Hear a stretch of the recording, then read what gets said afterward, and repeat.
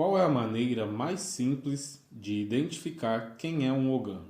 Quando essa pergunta é feita a qualquer praticante do candomblé, seja iniciado ou apenas frequentador de terreiro, na grande maioria das vezes a resposta dada será: Ogã, abre aspas, não dá santo, fecha aspas.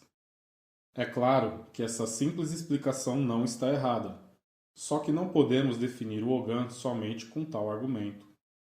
Precisamos lembrar que, sem expor um contexto maior, tal explicação pode vir a criar uma certa confusão no entendimento daqueles que estão começando a tentar entender a organização do candomblé. Essa menção, dar santo, corresponde à incorporação.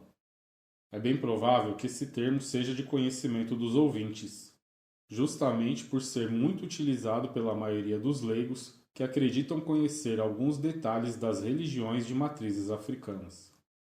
No candomblé de descendência iorubá, as pessoas que dão santo, ou que recebem santo, ou que simplesmente incorporam, são chamadas de eleguns. Essa denominação é atribuída a iniciados que passaram por ritos específicos e destinados a torná-los receptáculo que manifeste a energia das divindades africanas. É dessa forma que os orixás participam fisicamente de ritos e festejos ao lado de seus descendentes, utilizando algum tipo de ponte entre o mundo físico e o mundo espiritual para alcançar e utilizar-se consensualmente do corpo do iniciado. E qual é a ligação do Ogã com a chamada incorporação dos orixás nos iniciados? Denominações espíritas de diversas vertentes, assim como diferentes caminhos praticados na Umbanda, costumam utilizar a palavra incorporação para descrever o transe ritual pelo qual seus médiuns manifestam as energias cultuadas por eles. Dentro do candomblé, essa incorporação é uma experiência que não faz parte da vivência litúrgica da figura do Ogã confirmado. O orixá manifestado por meio do transe iniciado, ou sua vontade indicada pela interpretação do jogo divinatório, apontará como Ogã apenas o indivíduo que nasceu biologicamente como homem, e sendo assim, somente depois de ritos destinados a atestarem a ausência da sua capacidade de incorporação, passará pelo processo iniciático particular de sua comunidade religiosa, que o confirmará como um Ogã de fato e de direito. E assim, a ligação do Ogã com essa capacidade de manifestação que tanto se fala existe nos atributos litúrgicos que permitem a ele fazer a invocação das divindades para que elas se manifestem nas outras pessoas preparadas para isso. Da mesma forma como a sua presença intangível, ou seja, imaterial, será também invocada nos objetos sacralizados que fazem parte da religião. Há muitos meios de se fazer invocações das divindades de origem africana no corpo de um iniciado, e tocar atabaques é apenas um modo entre tantos outros. Então, tocar atabaques é realmente a característica mais latente de um Ogã que nos ajudará a identificá-lo entre outras pessoas? O toque ritualístico e o entoar de cânticos específicos podem realmente levar os iniciados a um transe e assim evocar divindades para estarem presentes junto aos participantes da comunidade religiosa.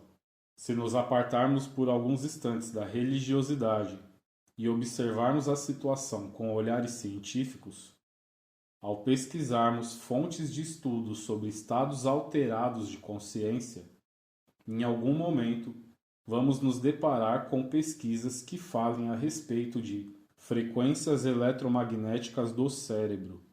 E é este o ponto em que a ciência nos explicará que há frequências sonoras que podem influenciar a atividade cerebral e induzir o transe. Após uma jornada particular pelo conhecimento científico, poderemos ter bagagem para refletir acerca da sabedoria litúrgica e entender que a ação ritualística possivelmente criará um direcionamento dessas frequências eletromagnéticas do cérebro.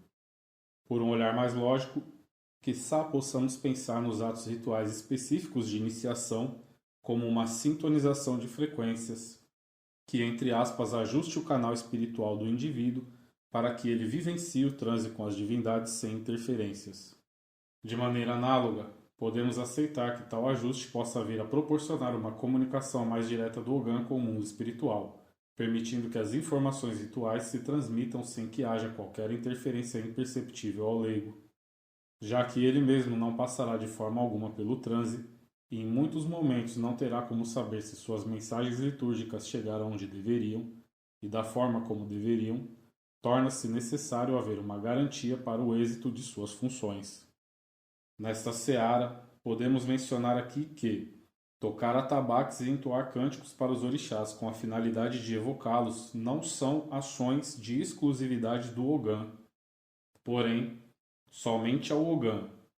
E sem que entremos neste momento nas peculiaridades da figura das Equedes, precisamos entender e reafirmar que, somente ao Ogã e suas correspondências na hierarquia da comunidade do Candomblé das nações de Queto, Jeje e Angola, é que as ações de cantar ou tocar não serão de forma alguma interrompidas pela manifestação do orixá no seu próprio corpo. Possivelmente, por essas características serem as mais observadas publicamente, é que talvez, em primeiro momento, cantar e tocar pareçam ser de forma mais latente os predicados que ajudem a identificar a figura do Ogã. Então, com toda essa explicação, podemos dizer que ainda existem outras características que levem as pessoas a reconhecerem o Ogã mais facilmente?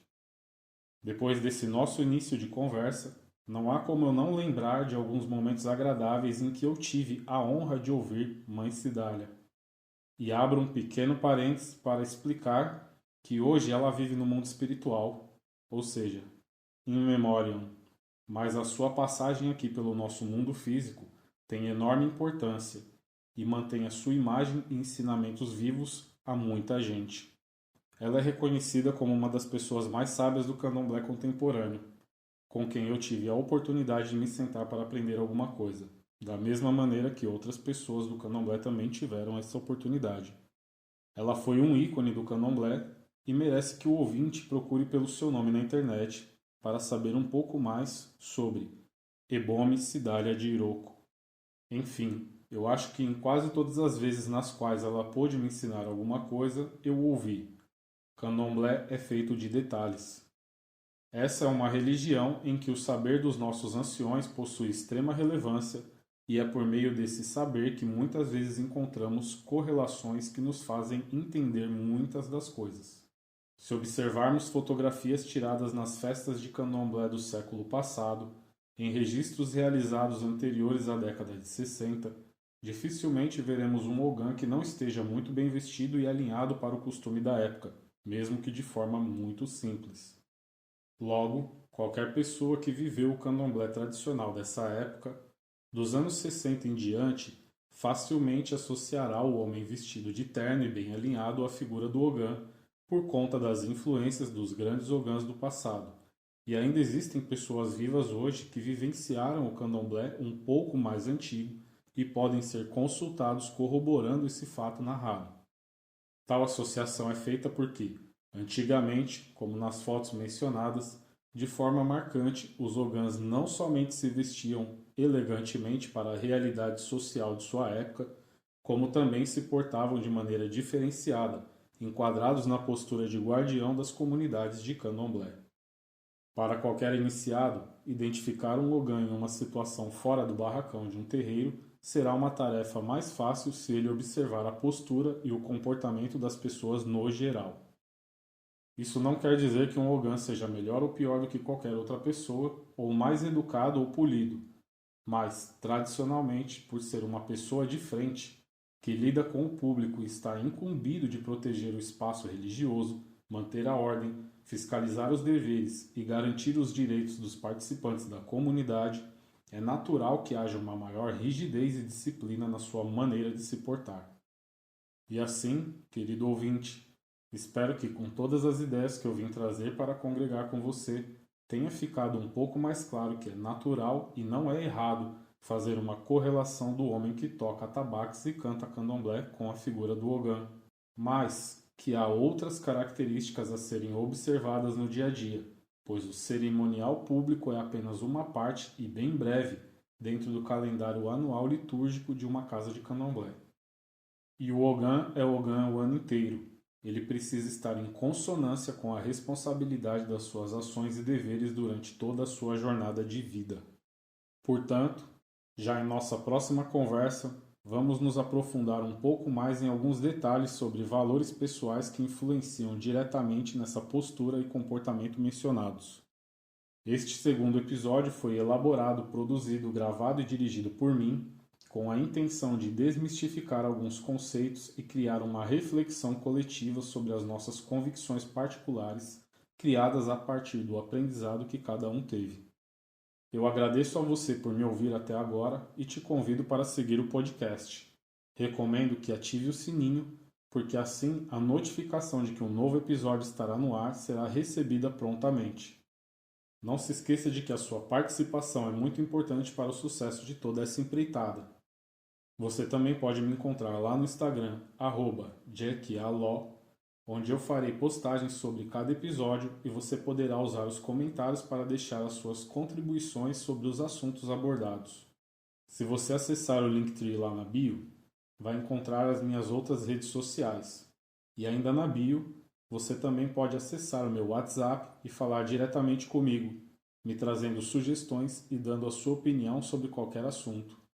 Até a próxima e vem comigo por esse caminho para que possamos tentar melhorar a realidade à nossa volta. Jack Aló.